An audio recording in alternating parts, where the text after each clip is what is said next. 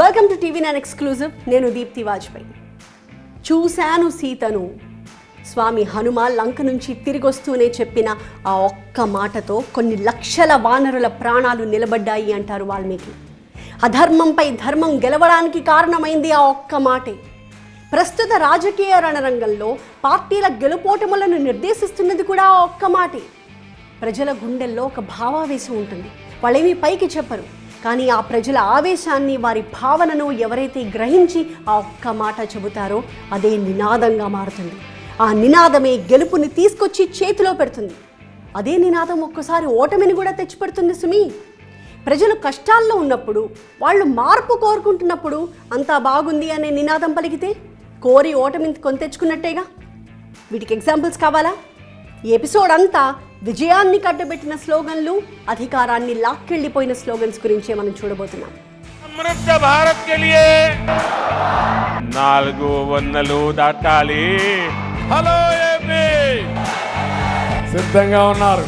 మీ ఇంట్లో మీకు మంచి జరిగి ఉంటే మాత్రం మీ బిడ్డకు మీరే సైనికులు కండి అని చెప్పి ఈ సందర్భంగా మిమ్మల్ని అందరినీ కూడా కోరుతా ఉన్నా.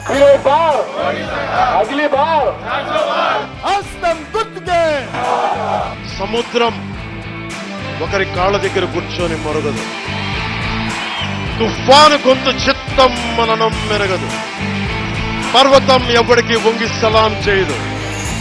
మీరందరూ కలిపి నేను ఇంతే అనుకోకండి. ఒక్క పంచ్ డైలాగ్ పేలితే చాలు ఆ సినిమాకి కలెక్షన్ల సునామీనే. ఇక పంచింగ్తో ఒక్క స్లోగన్ పెడితే చాలు బుల్లెట్టే ఇక ఆగదంతే. సినిమా డైలాగుల్లా ఈ నినాదాల గోలేంటి అనుకోకండి. ఈ ట్రెండ్ ఈ మధ్య పుట్టింది కాదు. 1965లోనే జై జవాన్ జై కిసాన్ నినాదంతో హోరెత్తించారు లాల్ బహదూర్ శాస్త్రి. భారత స్వాతంత్ర్య సంగ్రామాన్ని మరో ఎత్తుకు తీసుకెళ్లిన నినాదం జై హింద్. అంటే స్వాతంత్ర్యానికి పూర్వమే ఈ నినాదాలున్నాయి. ఆ తర్వాత ఇందిరాగాంధీ టైంలోనే ఎక్కువ స్లోగన్స్ వినిపించాయి. 1971 ఎన్నికల్లో ఇందిరాగాంధీ చెప్పిన గరీబీ హఠావో నినాదం అప్పట్లోనే కాదు, ఇప్పటికీ కూడా ట్రెండింగ్. పేదరికాన్ని పారద్రోలుదామంటూ అప్పట్లో ఇచ్చిన నినాదం బ్రహ్మాండంగా పనిచేసింది.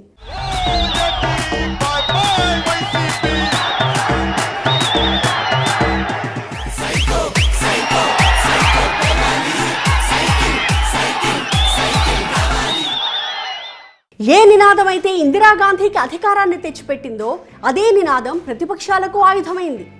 ఇందిరా హఠావో దేశ్ బచావో అంటూ సోషలిస్ట్ నేత జయప్రకాష్ నారాయణ్ ఇచ్చిన స్లోగన్ని మామూలుగా అందుకోలేదు ప్రజలు. ఇందిరని ఓడించాలి, దేశాన్ని కాపాడాలి అనే నినాదానికి ఫిదా అయిపోయిన ప్రజలు కాంగ్రెస్ని ఓడించి జనతా పార్టీకి మొదటిసారి అధికారాన్ని అప్పగించారు 1977లో. విచిత్రం ఏంటంటే ఇందిరాగాంధీ లేకపోయినా ఆమె పేరుతో వచ్చిన ఒక నినాదం బుల్లెట్లా ప్రజల్లోకి వెళ్ళింది. జబ్ తక్ సూరజ్ చాంద్ రహేగా ఇందిరా తేరా నామ్ రహేగా. సూర్య చంద్రులు ఉన్నంత వరకు ఇందిరాగాంధీ పేరు గుర్తుండిపోతుంది అనే స్లోగన్తో రాజీవ్ గాంధీ ప్రజల్లోకి వెళ్లారు. ఆ నినాదమే రాజీవ్ గాంధీని ప్రధానమంత్రిని చేసింది. ఆ మాటకొస్తే అమెరికాలో కూడా ఈ నినాదాలే పార్టీలకు అధికారాన్ని కట్టబెట్టిన సందర్భాలున్నాయి. A chicken in every pot and a car in every garage. సంక్షేమ పథకాలు అందిస్తాం అనే థీమ్తో 1928లోనే అమెరికాలో అధ్యక్ష ఎన్నికలు జరిగాయి. ఈ తరం వారికి బాగా గుర్తున్న American election slogan yes we can. 2008లో బరాక్ ఒబామా ఇచ్చిన ఈ నినాదం హోరెత్తిపోయింది. మొన్న అమెరికా గ్రేట్ అగైన్ అంటూ ట్రంప్ స్లోగన్ ఎంత పెద్ద తుఫాన్ రేపిందో మనందరికీ తెలిసింది. ఇంతకీ ఈ నినాదాల టాపిక్ ఇప్పుడు ఎందుకు అనా? రీసెంట్గా మహారాష్ట్ర ఎన్నికల్లో ఎన్డీఏ కూటమికి విజయాన్ని అందించింది ఈ నినాదాలే. 5 నెలల క్రితం జరిగిన లోక్సభ ఎన్నికల్లో ఎన్డీఏ కూటమికి ఊహించని ఎదురుదెబ్బ తగిలింది. అలాంటిది జస్ట్ 5 monthsలోనే మహారాష్ట్ర రాజకీయ చరిత్రలో కనీ విని ఎరుగనంత విజయాన్ని బీజేపీ కూటమి దక్కించుకుంది అంటే అందుకు గల కారణాల్లో ఈ నినాదాలు కూడా ఒకటి. అమృత భారత్ కే లియే 4 వన్నెలు దాటాలి. హలో ఏపీ, సిద్ధంగా ఉన్నారు.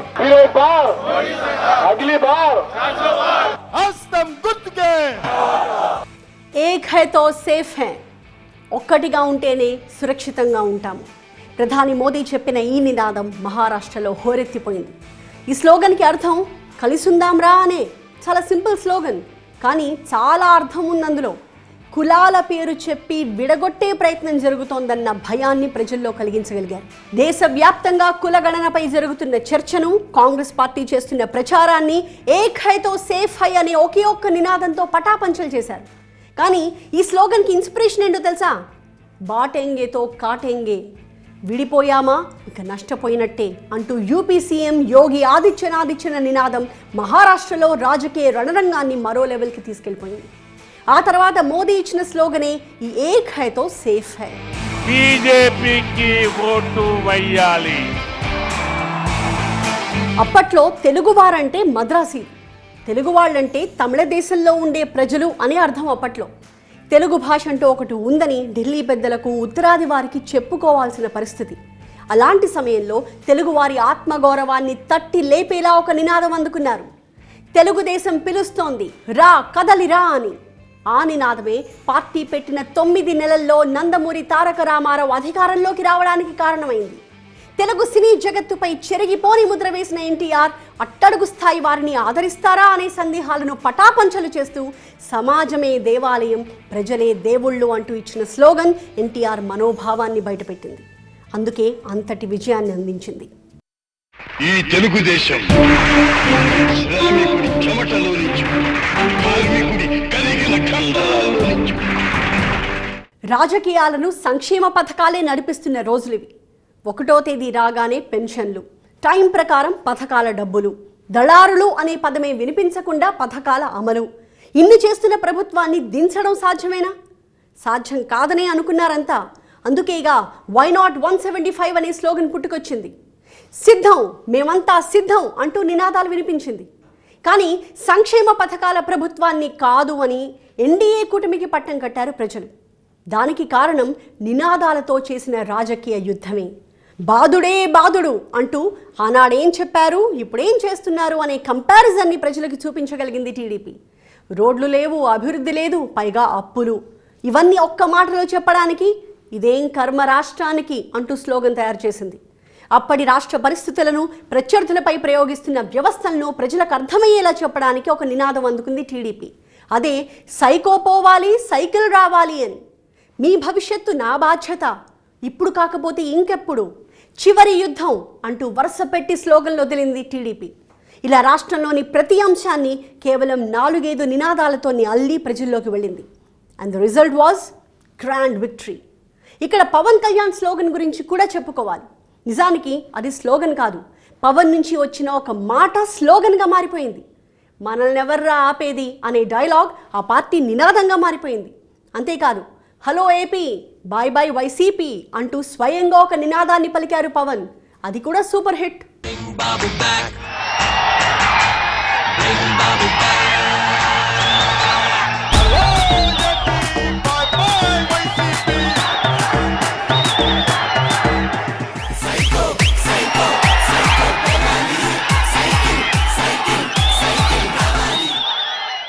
అసలు ఇలాంటి గెలుపు ఉంటుందా? రాజకీయాల్లో ఇంతటి విజయం సాధ్యమేనా అని అనిపించిన సందర్భం 2019లో జరిగింది. అది కూడా తెలుగు నేలపైనే. చరిత్రలో లిఖించదగ్గ విజయం అది. 175 స్థానాలకు గాను ఏకంగా 151 స్థానాలు గెలుచుకోవడం, అది కూడా ఎవరి మద్దతు లేకుండా సింగిల్గా గెలవడం. Never before ever after. ఆ పరిస్థితి రావడానికి కారణమైన ద మోస్ట్ పాపులర్ స్లోగన్ కావాలి జగన్, రావాలి జగన్.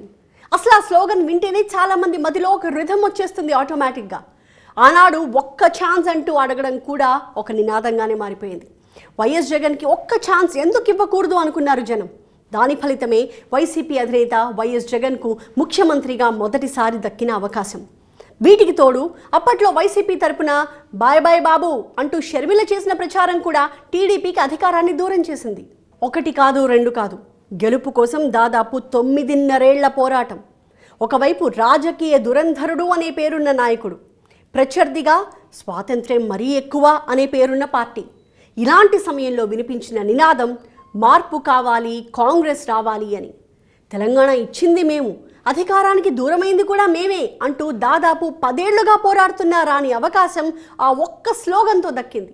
అప్పటికే 2 సార్లు కేసీఆర్ పాలనను చూసిన ప్రజలు ఒక మార్పుని కోరుకుంటున్న సందర్భం అది.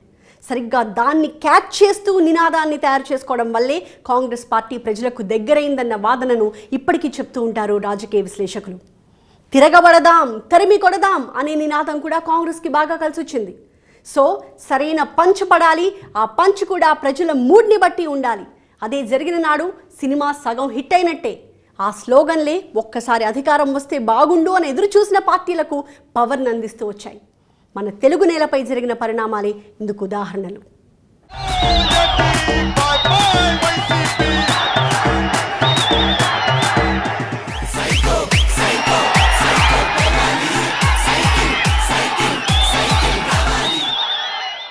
ఎప్పుడూ గెలుపుని అందించాయా నినాదాలు? ఓడించిన సందర్భాలు లేవా? ఎందుకు లేవు? బోలెడున్నాయి. స్లోగన్లో గన్, అందులో బుల్లెట్ లాంటి పంచ్ ఉంది అన్నది నిజమే అయినప్పటికీ అదొక రెండు వైపులా పదులున్న కత్తి లాంటిది. గెలిపించడానికి ఎలా కారణమవుతుందో ఓడించడానికి కూడా అదే కారణమవుతుంది. ఆ సందర్భాలు ఏంటో చూద్దాం ఓ షార్ట్ బ్రేక్ తర్వాత. Stay tuned. స్లోగన్స్ అంటే బీజేపీవే. 2014 నుంచి ఈ స్లోగన్స్ క్రియేషన్లో భారతీయ జనతా పార్టీ ఆరితేరిపోయింది. అలవోకగా ఒక 50 స్లోగన్స్ చెప్పేయచ్చు. అందులో కూడా మెజారిటీ నినాదాలు బిగ్గెస్ట్ హిట్స్ అని కూడా చెప్పొచ్చు.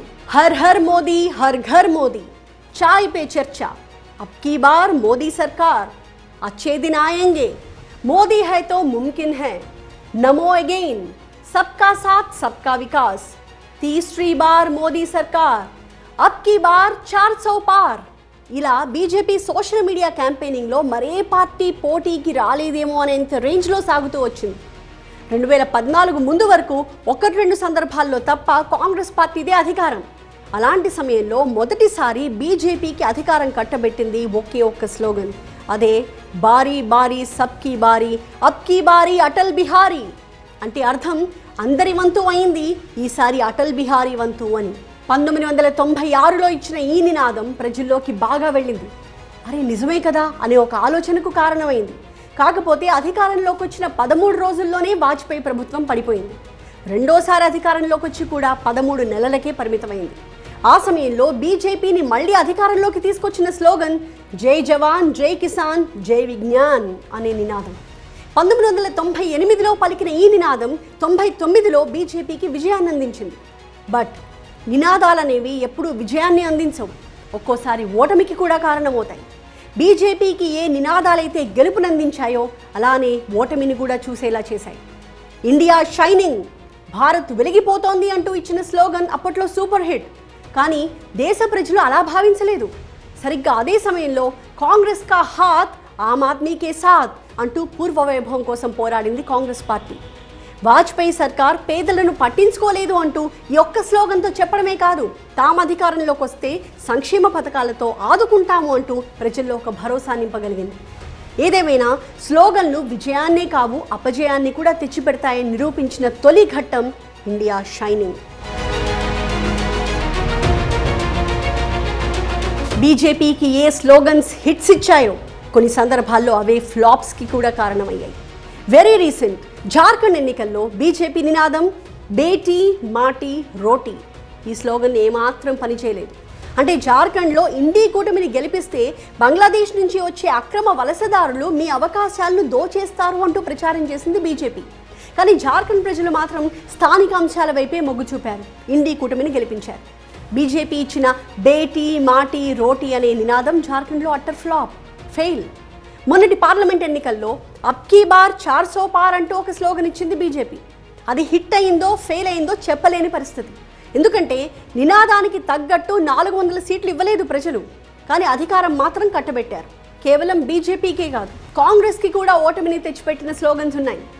బాటెంగేతో కాటెంగే అంటూ బీజేపీ చేస్తున్న ప్రచారానికి కౌంటర్గా డరోగేతో మరోగే అంటూ నినాదం ఇచ్చింది కాంగ్రెస్. హర్యానా ఎన్నికల్లో దాదాపు గెలిచినట్టే అనుకున్న కాంగ్రెస్కి ఈ స్లోగన్ అచ్చి రాలేదు. భారత్ జోడో అనేది అతిపెద్ద క్యాంపెయిన్. బహుశా ఇందిరా టైం తర్వాత కాంగ్రెస్ పార్టీ తరపున అంత పెద్ద క్యాంపెయినింగ్ జరగడం ఇదే. కానీ మొన్నటి ఎన్నికల్లో భారత్ జోడో స్లోగన్ కాంగ్రెస్ పార్టీకి అచ్చి రాలేదనే చెప్పాలి. ఇవే కాదు, ఈ 10 ఏళ్లలో అధికారం కోసం ఎన్నెన్నో స్లోగన్స్ వినిపించింది కాంగ్రెస్ పార్టీ. హాత్ బదిలేగా హాలత్, అబ్ హోగా న్యాయ్, పూరీ రోటీ ఖాయేంగే కాంగ్రెస్ కో జితాయేంగే, హే తయార్ హమ్, హర్ హాత్ శక్తి హర్ హాత్ తరక్కి. ఇలా ఎన్నో క్రియేట్ చేసి జనంలోకి వెళ్ళింది. కానీ మోదీ హవా ముందు బీజేపీ స్లోగన్ల ముందు పెద్దగా ప్రభావం చూపలేకపోయాయి. స్లోగన్లు ఓడిస్తాయని తెలుగు రాష్ట్రాల్లో నిరూపితమైన సందర్భాలు కూడా బోలెడున్నాయి. సారు కారు 16 అంటూ 2019లో పార్లమెంట్ ఎన్నికల్లో ప్రచారం చేసింది బీఆర్ఎస్. కానీ ప్రజలు 16 సీట్లు ఇవ్వలేదు. అప్పటికే రెండోసారి అధికారంలోకి వచ్చి మంచి జోష్ మీదున్న బీఆర్ఎస్కి లోక్సభ ఎన్నికల్లో భిన్నమైన తీర్పు ఇచ్చారు తెలంగాణ ప్రజలు. అంతెందుకు 2023 అసెంబ్లీ ఎన్నికల్లో కూడా ఎట్లుండే తెలంగాణ, ఎట్లయింది తెలంగాణ అంటూ డెవలప్మెంట్ స్లోగన్ ఒకటి వినిపించింది. కానీ ప్రజా వ్యతిరేకత ముందు ఆ స్లోగన్ పనిచేయలేదు. ఏపీలో కూడా స్లోగన్స్ రివర్స్ అయ్యాయి. అందులో ప్రధానంగా చెప్పుకోవాల్సింది వై నాట్ పేరుతో వచ్చిన నినాదాలు. ప్రజలు 151 సీట్లు ఇవ్వడంతో 175 సీట్లు ఎందుకు సాధ్యం కాదు అంటూ నినాదాలు తయారు చేశారు. వై నాట్ 175 అన్నారు. వై నాట్ 175 అంటే అందులో కుప్పం కూడా ఉన్నట్టేగా. అందుకే ఫస్ట్ టార్గెట్ కుప్పం అంటూ నినాదాలు రాయించారు. సిద్ధం అంటూ జనంలోకి వెళ్లారు. కానీ ఈ స్లోగన్లు ఏవి పనిచేయలేదు. స్లోగన్లు హిట్ అయినా ఒక్కోసారి పార్టీ ఫట్టుమంటుంది. కానీ ఇక్కడ 2 సందర్భాలు చెప్పుకోవాలి. స్లోగన్లు హిట్టు, పార్టీ హిట్టు అనిపించే ఉదాహరణలవి. అచ్చే బీతే 5 సాల్ లగే రహో కేజ్రీవాల్ అంటూ వరుసగా గెలుస్తూ వస్తోంది ఆమ్ ఆద్మీ పార్టీ. 5 ఏళ్లు బాగా గడిచాయి, సాగిపో కేజ్రీవాల్ అన్న ప్రచారానికి ఫిదా అయిన ఓటర్లు చీపిరే కావాలి అంటూ మళ్లీ గెలిపిస్తున్నారు. ఇక మా మాటీ మానుష్ నినాదంతో దీదీ దూసుకువెళ్తున్నారు. పశ్చిమ బెంగాల్లో తృణమూల్ కాంగ్రెస్ పార్టీ వరుస విజయాలు సాధిస్తూనే వస్తోంది. ఇన్ని స్లోగన్ల గురించి చెప్పుకున్నాం, కానీ ఒక ఫేమస్ స్లోగన్ని మనం మర్చిపోయాం. ఈ దేశంలో బాగా పాపులర్ అయిన నినాదం అది. సమోసాలో ఆలు ఉన్నంత కాలం బీహార్లో లాలు ఉంటారు అని. జబ్ తక్ రహేగా సమోసా మే ఆలు తబ్ తక్ రహేగా బీహార్ మే లాలు అని స్లోగన్ ఇచ్చారు. అప్పట్లో లాలూ ప్రసాద్ యాదవ్ కాన్ఫిడెన్స్ అలాంటిది. అయితే ఇప్పటికీ లాలు ఉన్నారు, సమోసా కూడా ఉంది, కానీ అధికారమే లేదు. సో ఇలా స్లోగన్లు అధికారాన్ని ఇవ్వడమే కాదు, అధికారాన్ని కొన్ని సందర్భాల్లో లాగేస్తాయి కూడా. మరి మున్ముందు మనం ఇలాంటి ఇంట్రెస్టింగ్ స్లోగన్స్ ఇంకెన్ని వినాల్సి ఉంటుందో చూద్దాం. ఇది ఇవాళ TV9 ఎక్స్క్లూజివ్. మరొక ఎక్స్క్లూజివ్ అంశంతో మళ్ళీ కలుద్దాం. చూస్తూనే ఉండండి TV9.